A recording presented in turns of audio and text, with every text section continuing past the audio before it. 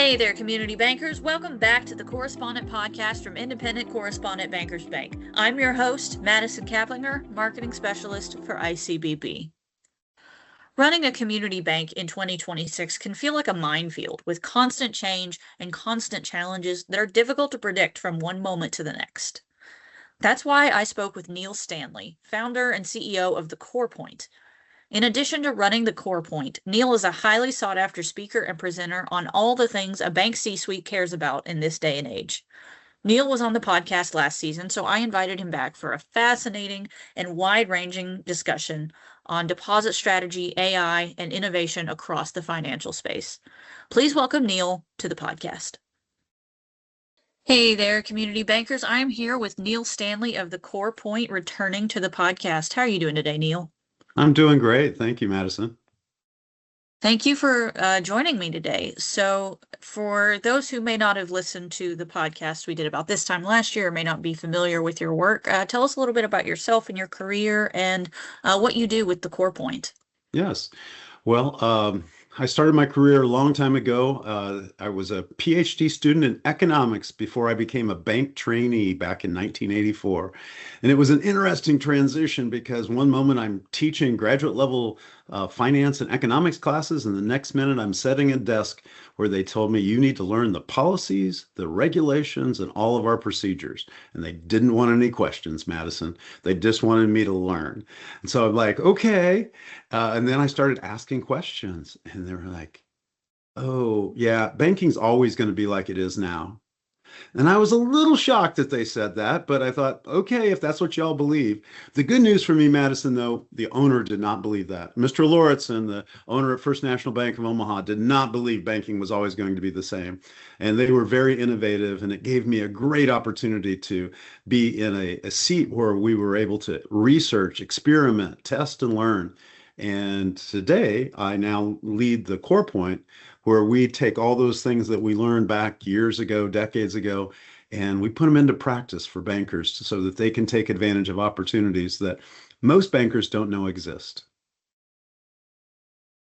Awesome. I have to wonder about those people at the bank you began at who said banking is always going to be like it is now.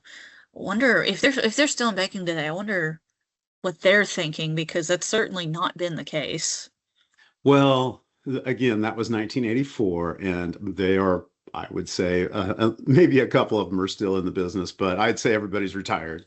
So yeah, it's definitely changed, and it there was reason for them to say what they were saying, but on the other hand, we know that the world has changed dramatically in those decades since. Right. I mean, even in just the last year, I feel like we've seen some significant change, because this time last year, we were talking about the deposit landscape on this podcast. So Yes. how has it changed from even at that point last year to now? Well, the world of artificial intelligence is moving us so quickly. I saw something recently.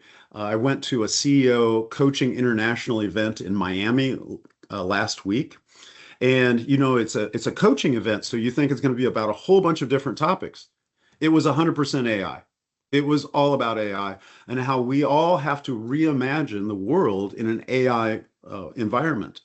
And they had a piece of data that said every 4.3 months, the AI capacity doubles. Now, I don't know if that's true or not, Madison, but that is crazy to think that 6 months ago we were only half as competent with AI as we are today. And so, 2025 doesn't seem like it was that long ago, but in an AI world, that was a long, long time ago. If you're a banker and you do not know what's going on with AI, you're sitting on the sideline. It's a problem because it's changing and evolving so quickly. When I hosted the CEO conferences this spring, it's something I've hosted now I'm in the 6th year of hosting CEO conferences. The major things in that conference were AI, deposits, and fraud. We spent so much of our time allocated to those discussions based upon what what the audience wanted to talk about, what the bankers themselves wanted to talk about. It wasn't a presentation, it was a roundtable discussion, Madison. Right. And that's a lot of what I'm hearing in, my conversations with some of our bank customers as well. It's AI, it's fraud, and to I won't even say to a lesser degree deposits, but I understand at one point in the banking landscape it was all about loans, right? The deposits were kind of a given, and then we got to figure out how to get this cash out the door with loans. And now it's almost flipped where, there's steady demand for loans, but people are squeezed and the deposits are a little bit harder to come by. And I know, you've mentioned in your conversations, and we talked about last time, the danger of relying on rates to attract deposits, and partly Yes. because of just how much information is available at the fingertips of your average customer. I mean, they can go to Chat GPT and kind of, figure out a way to game the system using AI. So Yes. how does a community bank defend its low cost funding when the friction of, math Yes. complexity or, customer ignorance of, whatever else might be available to them has really been permanently removed by AI? Yeah, you're absolutely right. So many things have changed, and it's all kind of coming together. Sometimes you might call it a perfect storm if you want to use that terminology, but moving parts which are all kind of creating a simultaneous impact on the bank. And to be sure, loans are still critical because we have to do lending very well. It has to be a core competency. It's not a given either. But for so many years, Madison, and I maybe mentioned this in the last year's podcast, but for so many years, bankers acted the same way they do towards oxygen in the air to deposits in their bank. They would walk into a room, they wouldn't ask, I wonder if they're going to be if there's going to be oxygen in the air. No, obviously there's oxygen. But they thought that the deposits were like that if they had a bank, they would just immediately get deposits. But here's what's changed. Interest rates are no longer trivial. Depositors are getting smarter and they're being enabled by technology. Non-bank opportunities are out there. And when we talked last time, there was no Genius Act. And now the Genius Act is bringing in stablecoin in a way that could be very disruptive. The disintermediation of not only the payment rails, but also the portfolioing of deposits is a very real thing. I've heard estimates from 1 trillion to 4 trillion for the disintermediation. Now, again, those are not my estimates. I don't know if that's true, but the entire US banking system has $18 trillion of domestic deposits. If you take out 1 trillion out of that domestic deposit base, that is very meaningful. And 4 trillion would be, I don't want to say disaster, but it is going to reshape the way we're able to make loans and how the banks are going to have to process. It's not even just about the payment rails, it's about the portfolioing, and it's both of those things are critical. So the negotiating power that AI is giving us, the alternative products that are out there, and effectively the big issue, and this is kind of going back to what I said at the beginning. When I started in banking in the 80s, they said banking's always going to be like it is today. And if you look at what most community banks offer, they don't look that much different than the classic checking, savings, and CDs. So if the world has changed so dramatically, and we know that the bank operations are not the same as they were in the 80s, for sure, there's so much more technology, and for every bank, nobody stayed in the 80s. But when you look at their product offering, ooh, it does kind of look like the 80s. And so we know, and that's really what my business is to take their product offering and bring it up to the level of engagement and relevancy that really is needed in this environment. Yeah, absolutely. And I think, there's a little bit of, I think bankers tend to meet change, to your point, with a little bit of hesitancy, Yes. right? Because of, it's our job to manage risk, and some risks, could be deemed too great, but then of course there's a risk associated with staying the same as well. I mean, if your product offerings still look like they did in the 80s and the bank down the street does not, I think that's a Yes. risk that a lot of banks don't always take into account. Yes. And we, so you make a great point. Human beings, and I've listened to so many speakers recently talking about change and evolution and everything in terms of business evolution. And the point that they make is that human beings are intrinsically wired to observe and respond to risk. So when I go through my emails, for the most part, I'm going through, is there anything that I should be worried about? And the opportunities, I want to consider those, but the risks are much higher for me than the opportunities. And one way to say this is, if somebody said to me today, hey, I think here's a way you can make $500. Okay, it's $500. But if somebody just throws a debit on my account of $500 that's wrong, I am much more worried about spending time fixing that $500 negative than I am trying to get an additional $500 that, that might be nice, but I don't know. And that's how we're wired. The negatives are exponentially greater than the positives. So I get it, and particularly in a regulated environment where you can think you're going forward and you find out, no, it's more complicated than you thought. So I spent more years as a banker than I have a service provider. I understand why we as bankers move at a pace that is not reckless. It makes no sense to move at a pace that maybe a venture capitalist might. But we also have to move. And so when you see a product offering that looks like it could have been from the 80s or 90s in a banking organization today, you want to say to them, either be relevant, or I'm sorry to say, but if you're not going to stay with the crowd, it might be time to give your operation to somebody else. Because when I talk about AI, I know that the 20% of the bankers are going, this is great, I am looking forward to all of this. And the rest of them are going, well, I hope this too shall pass. And my advice is, if you are in the I hope this too shall pass, you might want to find another endeavor.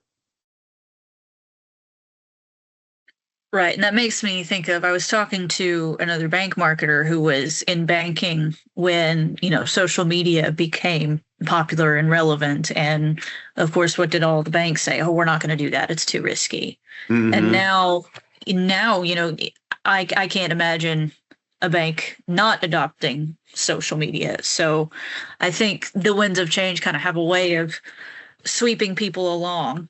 Yes. I will tell you though, yeah. Since you and I talked, I think the vast majority are thinking like you and I are thinking here in terms of we have to make change. But I did meet a banker at a conference one time, and I gave him, so I don't use a physical business card. I use a QR code for my business card.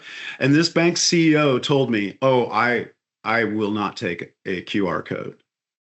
And I said, well, I get it that you're not walking under a bridge and you take a QR code from somebody that you have no idea, but it's me. You want my contact information. You're telling me that you have a policy against taking a QR code from a known source? Yes, I refuse. Like, okay, good luck. Good luck. Oh man. Wow. Yeah. I mean, I guess the winds of change will sweep you along unless you really dig your heels in. Yeah. And, you've warned that customers will likely adopt AI a lot faster than the regulated banks that serve them. And to your point, as bankers, we don't do things at a reckless pace. We like to wait for regulatory clarity, at the very least, some sort of clarity. But what's the biggest risk for a bank executive that waits for that clarity before addressing how AI is changing customer expectations? So I'm going to give you a couple perspectives on it. One thing that I counseled the CEOs at these conferences, that when they talk about AI, they should be careful not to talk about AI as automation and associate AI with FTE conversations. Because when you do that, you are sending the signal to the team that you have that they're potentially being expendable. So back when I was the only one with the computer, I thought the computer was my ticket up. I didn't think it was going to replace me. But today, many people working for community banks today are very fearful that AI is going to take their job away. And there's understandable fear. And so when you start talking about how people are using these tools, and you have to understand that it has to be a constructive, positive engagement of opportunity to go forward. And the bankers who see it as opportunity are saying, we're going to take the ground. We are going to go out and do new things. We are going to test and learn as we do it. So I'm very much in favor of generative AI. So generative means it's creative. Creative AI is great, except for the fact that you don't want to give it your personal identifying information, because it's creative and it will do things with it that you don't anticipate. So on that, I love it, but it has to be supervised, just like any super powered summer intern has to be supervised. AI is your super summer intern. Now, agentic AI, I am much more cautious about. There are organizations like Hapax, HAPAX.ai, and they are building AI for banking. And I am exploring that for the agentic. But I am not thinking ChatGPT. I want to give it my credentials so it can log in. I know most of the people on here have heard about OpenClaw and Mythos, and it's like, hey, that's a step too far for many of us, not just bankers. So, but there are those using it, and many of the fintechs are using these tools. And as they use these tools, it's very attractive to in some cases generationally attractive, but in other cases just efficiency-minded people of all ages are saying, why wouldn't I let this manage my money? And the issue here that we have when it comes to deposits is, if I'm trusting the AI because there's money at stake, there's opportunity at stake, and in I believe it was January, Intuit announced a relationship with OpenAI, which is ChatGPT. Well, Intuit has QuickBooks, Quicken, it has TurboTax, it has Credit Karma. And Madison, what that means is, if you're using any of those products, you're going to get advice on how to manage your money, because it knows what you've done. Like if you're using TurboTax, it knows you have interest income. Oh, I have interest income. That must mean I have assets that are earning interest. Well, would you like some help managing those assets? It's going to very quickly start promoting ideas. How are those ideas going to come in the shape of, you should go to your local community bank? That's not going to happen. I mean, unless it's very unusual, Intuit's recommendations through OpenAI are not going to recommend the bank down the street. So how are you going to be relevant in that environment? I know I took a long way around to answer your question there, but I wanted to give some context to it, and I hope that was helpful. No, I think it was. This might be a little bit of a rabbit hole, but I am curious. When you say that the agentic AI is generationally attractive, do you mean that the interest skews younger or skews older? So I believe that it's a lot easier. Again, I have no data. I'm just looking at people around me, and I tend to think that the younger people are more willing to give credentials to their systems, their apps, than are some of the older people. But that's not a well-defined thing. In other words, I don't have data to support it. It's just my intuition on that one, Madison. And so if we are growing up, well, let me throw in something else that I wouldn't have talked about last time on this podcast. I think it's critical. I was going through a number of presentations, and all of a sudden I said to myself, savers are not like they used to be. Why is that? Why do people not think of savings like they used to? And I think there are many people on this call who may not realize that before 1981, there were no 401ks. 401ks did not exist before 1981. And the reason that's important is that before 1981, few people thought of themselves as stockholders, as bond owners. The default posture, if you had some money, unless you were uber wealthy, was to put it in a bank. Well, in 1981, we started to get 401k, and people would say, hey, my employer is going to match part of my salary if I invested in the market. And pretty soon people had investments in the market, and it didn't seem that audacious to be a shareholder, a bond owner. And so if I get used to that posture, why am I just saving my money when I could be an investor? And so you've reshaped the mentality of how people looked at what their money was doing for them. Instead of saving it in a bank, they were investing it in something that was expected to grow. The other big thing that's changed, and it's changed a lot more recently than 401k, is our perspective about betting. And we now bet on sports, pro sports. You can't watch a pro sports event on television without being solicited to bet. You see Polymarket. And you're probably wondering, why am I bringing up Polymarket with deposits?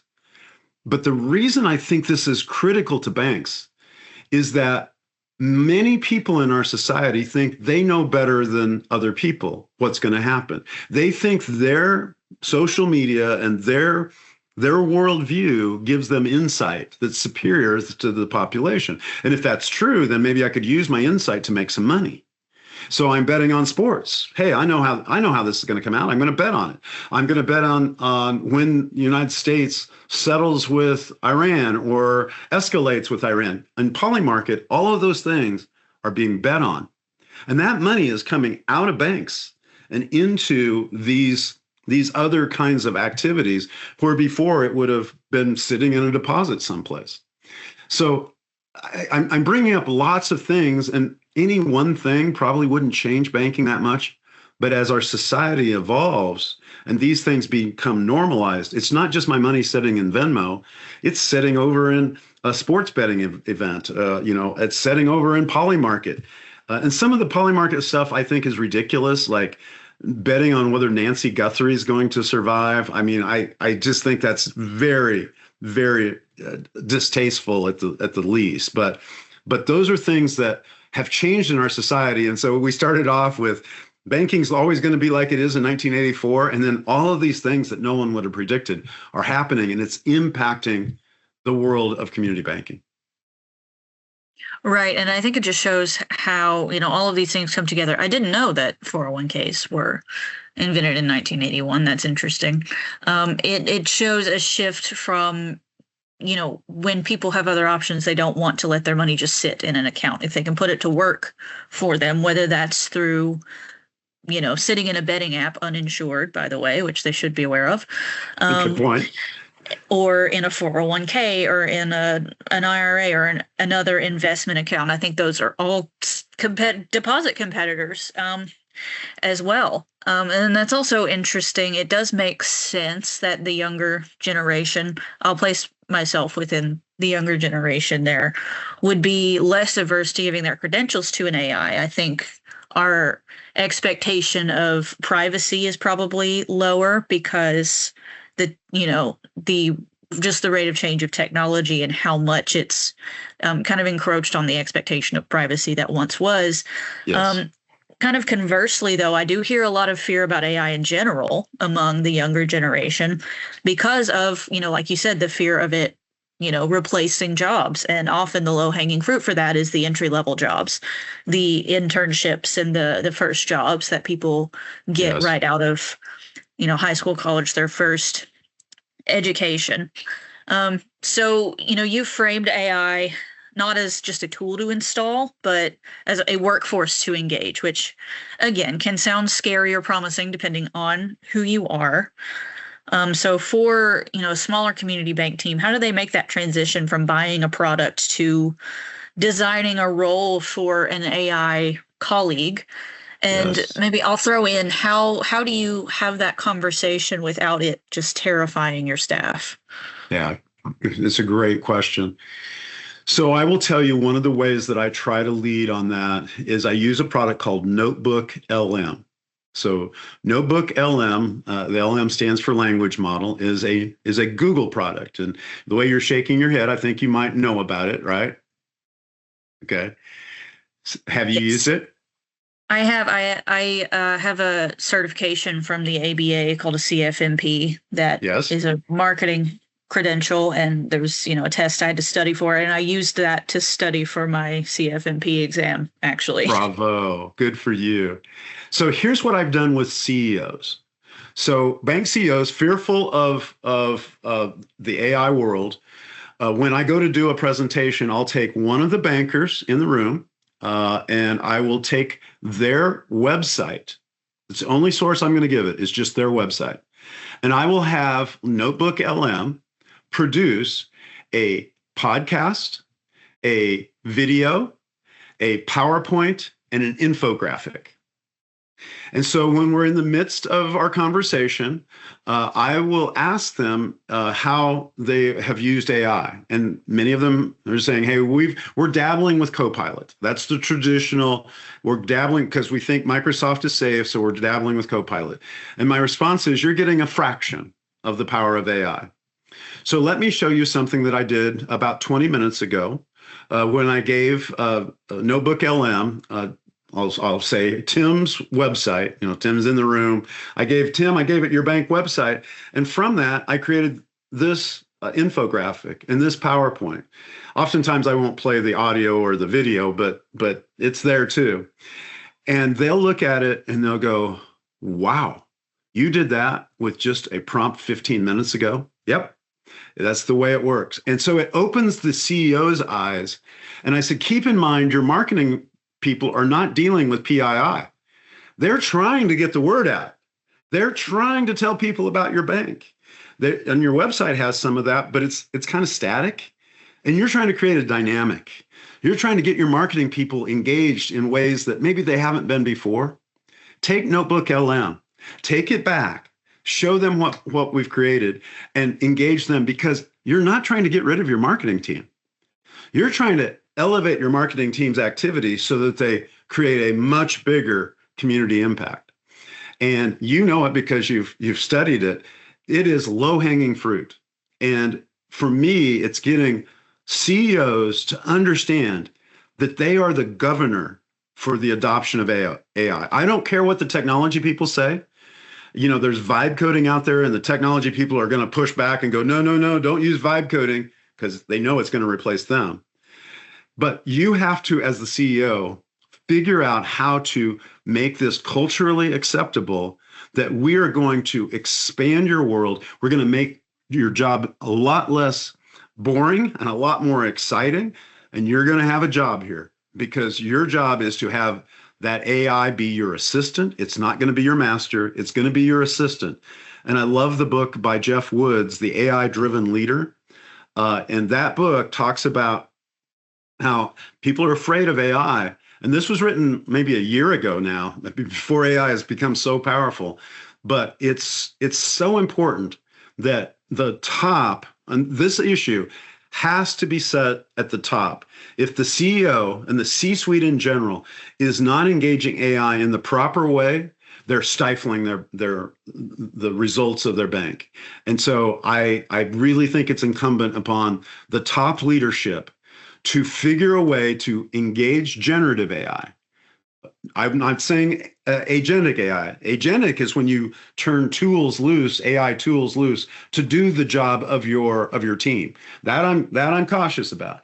But generative AI, where you're using the insights and the capability to expand what your messaging is, how you're coming across, how you're communicating, that's where I think the opportunities are as of mid 2026.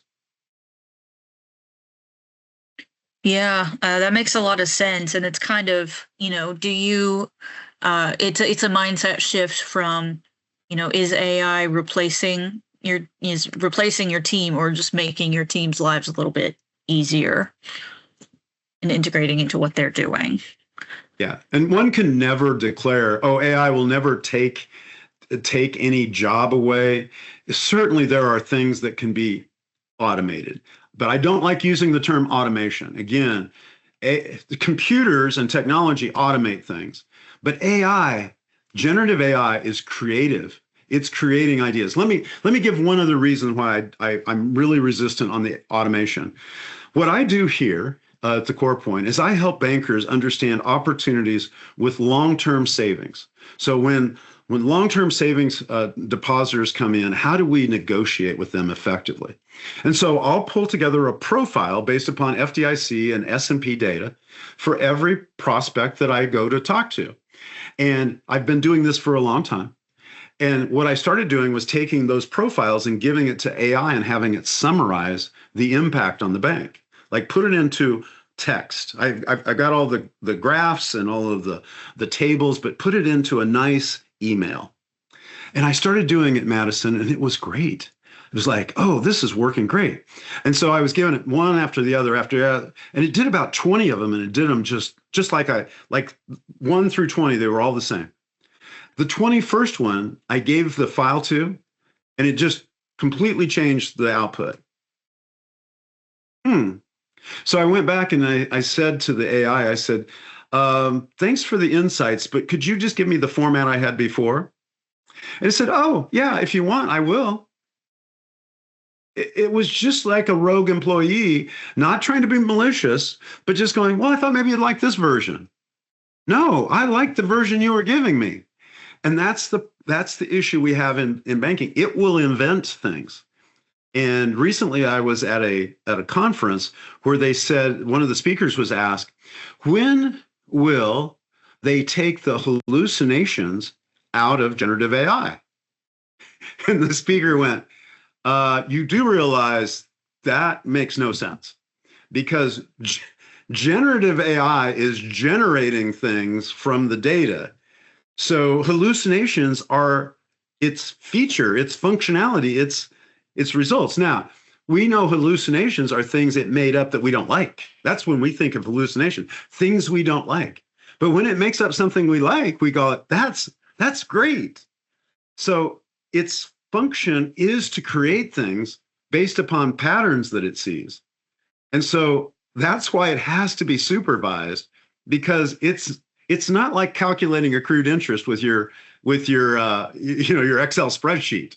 Your Excel spreadsheet is going to give you the same result every time you key in the variables.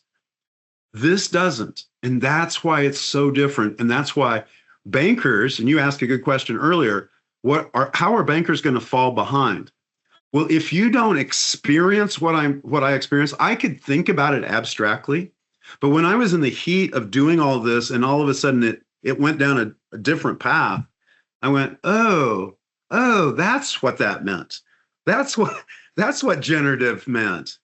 And if you don't experience it, you're not ready to actually, deal with the world out there, because everybody else, non-regulated entities, are using their smartphone, they're using their laptop, they're using all sorts of things, apps, to experiment with things.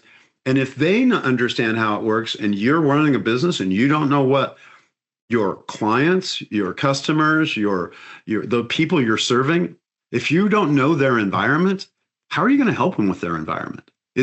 Relevancy is the biggest issue for community banking right now. It's how are you relevant to the people you're trying to attract, retain, and assist? Because ultimately, the value we have as bankers is we are helping people manage their money. That's what we do. We provide a trusted commitment to the access to money. And if we're not relevant to them, you're not in the loop. No, I agree. And I think part of that, part of that staying relevant is taking into consideration, the fact that given the chance, people want to put their money to work rather than letting it sit in an account. In fact, you've used the term effectively unemployed to describe certain deposit balances, which is, a provocative way to put it. But a lot of bankers are proud of, that low cost source of funding. So why then should they actually view those as an urgent vulnerability? Excuse me.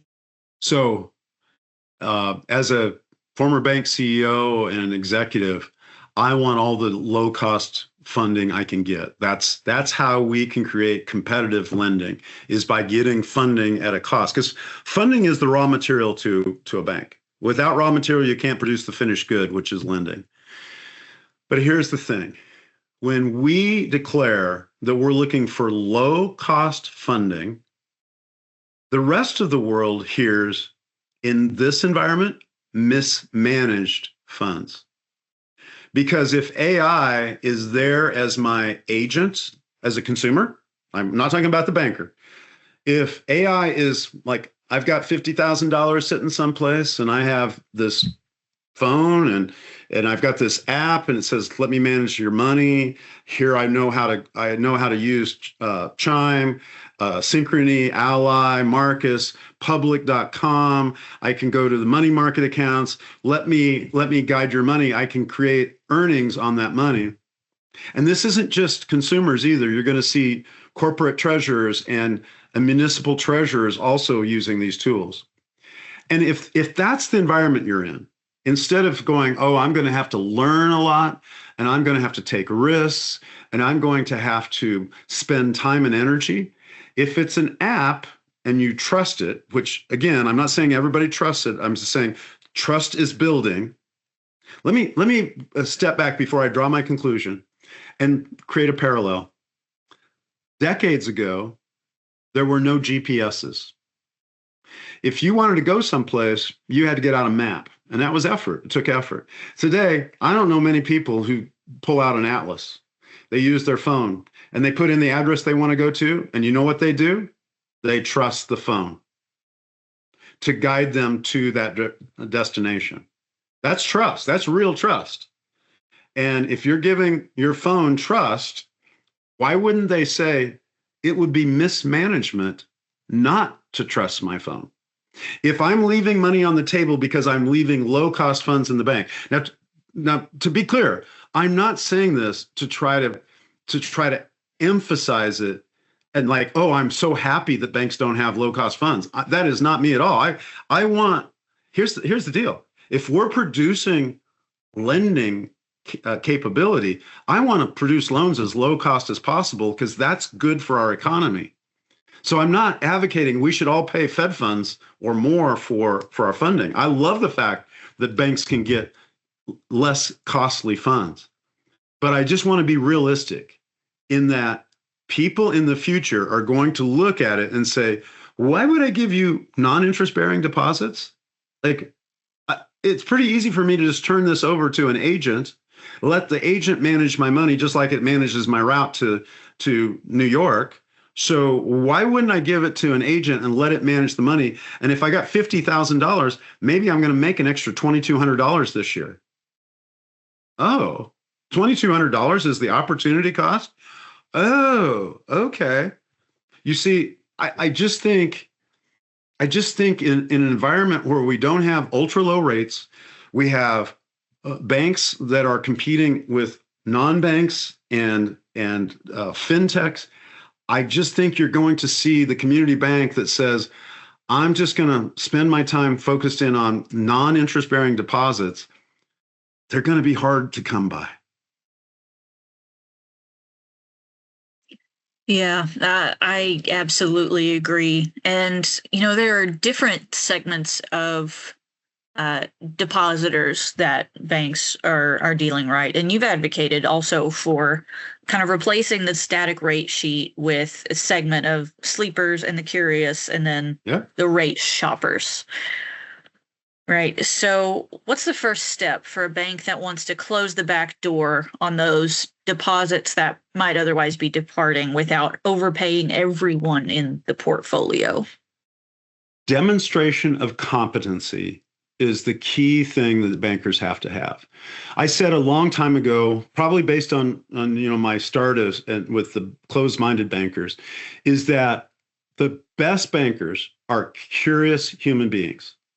They're not just repeating yesteryear over and over. They're curious. Hey, how can, what's important to you as a client here? What's important?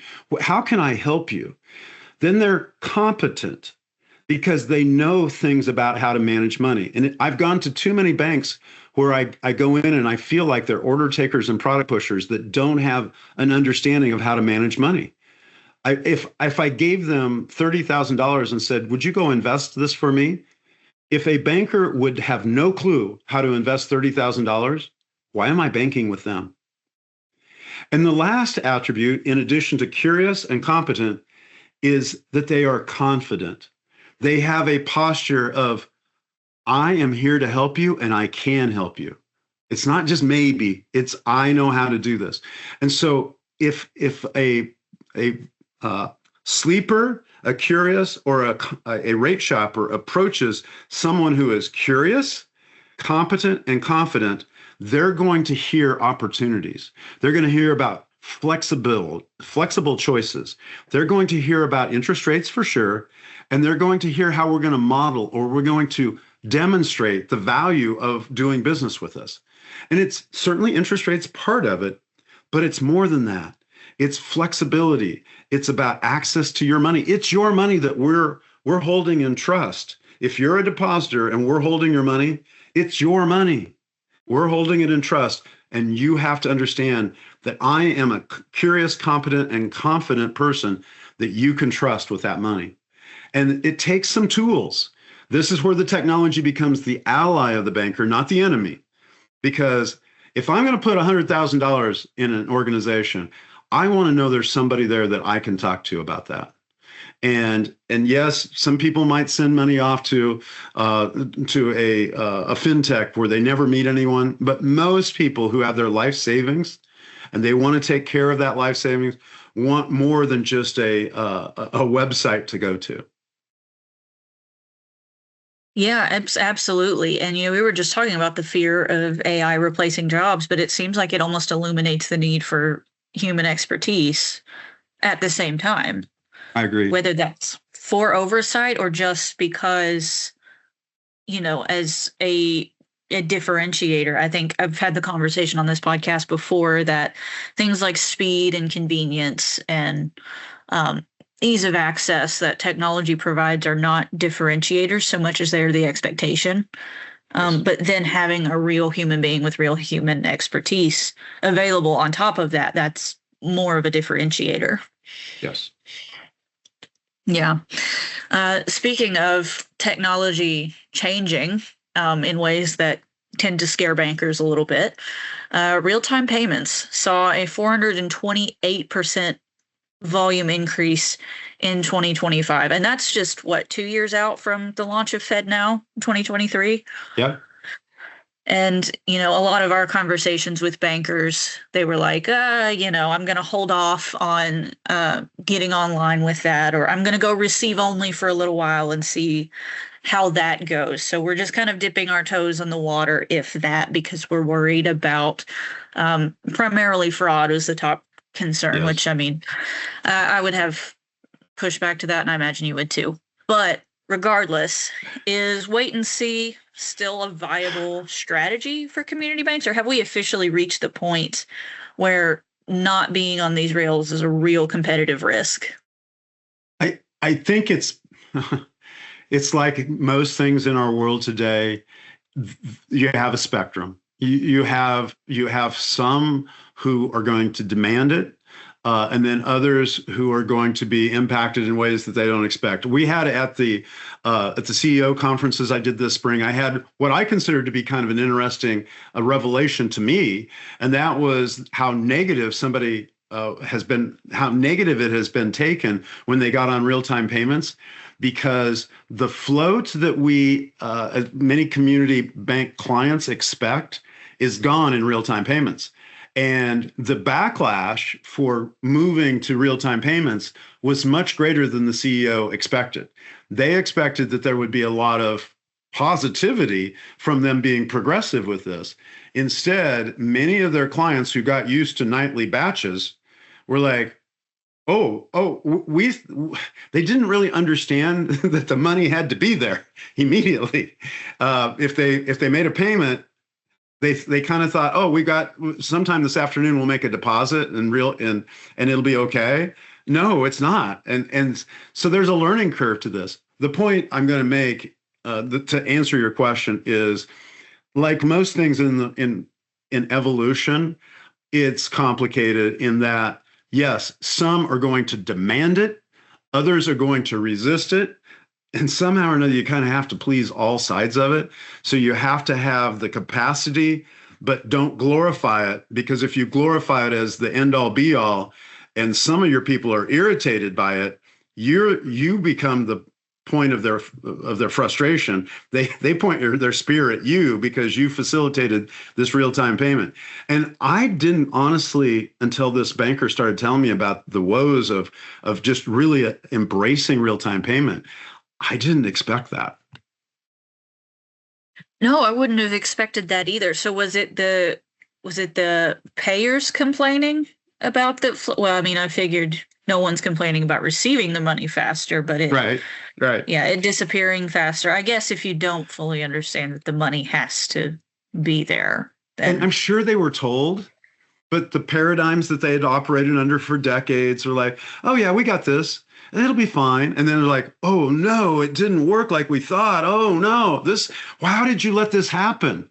And the banker's going, well, we thought we told you, and it was very uncomfortable, I was told. And again, this isn't a big case study, but this is one person that I have a lot of confidence in. It's a $7 billion bank. So it's not a little community bank that did this.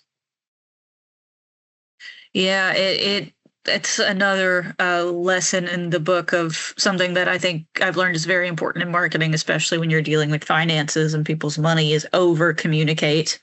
Never assume you were understood the first time. Never assume that if information is posted up in one place, then everyone will see it in one place.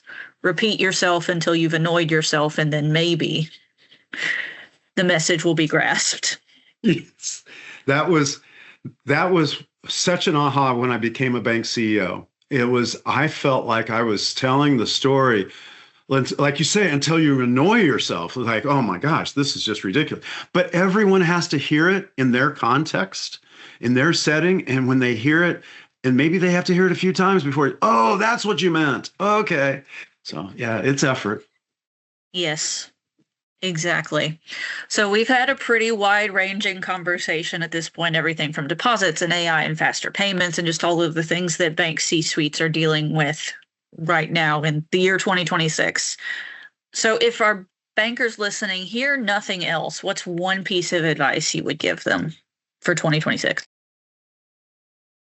I think to listen to every constituency in your world, your employees, your shareholders, have an approach that broadens your listening capacity. And my personal preference would be to go to AI and ask and have AI assume that you want it to critique your situation. So here's I know we've talked a lot about AI, and I'm going to finish with AI, but AI is designed to please. It's built to generate ideas based upon patterns to please. And I will tell a personal story here. I'm the CEO of my company. I founded it, and I was the only employee for a long time. And my team started to tell me that, Neil, someone else should do some of the busy work that you try to do. Notice I said try to do. And I'm like, okay. And then I hired a coach. And the coach said, Neil, I think it's time for you to shift some of your busy work to somebody else. And I believe that they were trying to help me, but I went to AI and I gave it my profile. And I'm suggesting that every C-suite participant give AI your profile, your DISC profile, your LinkedIn profile, all sorts of relevant information about you, and have it and tell it that you know you have some blind spots and you want it. It would, and you can phrase the prompt like this: I need you to tell me what my most likely blind spots are. Because when you prompt it like that, it thinks it's helping you to give you a blind. It doesn't want to critique you until you tell it, critique me to help me. I need you to tell me where my likely blind spots are, my downsides, my every one of us has challenges, regardless of what our profile is. You know, if you have a high D profile, that's great in some ways and not so great in other ways. You know, a high I, you're a very wonderfully engaging influencer, but you got other issues. Have it point those things out and have your team help you. 360 reviews, I'm not big in favor of 360 reviews because it causes lots of angst. But when you, it's not about you. It's about your organization. So when you use AI to analyze your personal blind spots, then ask this question. This is where you get the team involved. What blind spots may we have as a management team? So you then have your blind spots, keep that to yourself, but go to your management team and say, what blind spots would our team have? Because in this environment, how we become and stay and become more relevant is all about dealing with those things that we're just trying to just wait it out. And today, I don't know of any entity, any industry that's going to wait this out. It's going to change blue collar jobs, white collar jobs. We have to understand how to be relevant. So that would be my advice, Madison. I have found it very beneficial, and I'm not on the other side of it. I'm just in the journey myself too. And most people say, Neil, you're retirement age. You're still on the journey. Oh, absolutely. I think this is the most exciting time in my career with all of the ways we can help people. And so I'm super pumped, and I'm trying to stay fit so that I can work many more years and utilize all these tools that are here. So thank you for the opportunity to share my story today. Madison, I love your interview process, and just hopeful that your audience gets some value out of this. Yeah, I think they will. And thank you for coming on. You've given great advice. I think this was a fantastic discussion, and I'm hoping that it resonates with our listeners and gives them something to take back with them. So thank you so much, Neil, for coming on. My pleasure. Thank you for listening to the Correspondent podcast from Independent Correspondent Bankers Bank. We hope you've heard something that you can take back to your community bank. Be sure to follow us wherever you get your podcasts. If you're listening on Apple Podcasts, leave us a rating and review, or on Spotify, turn on the notification bell so you never miss an upload. See you next time, community bankers.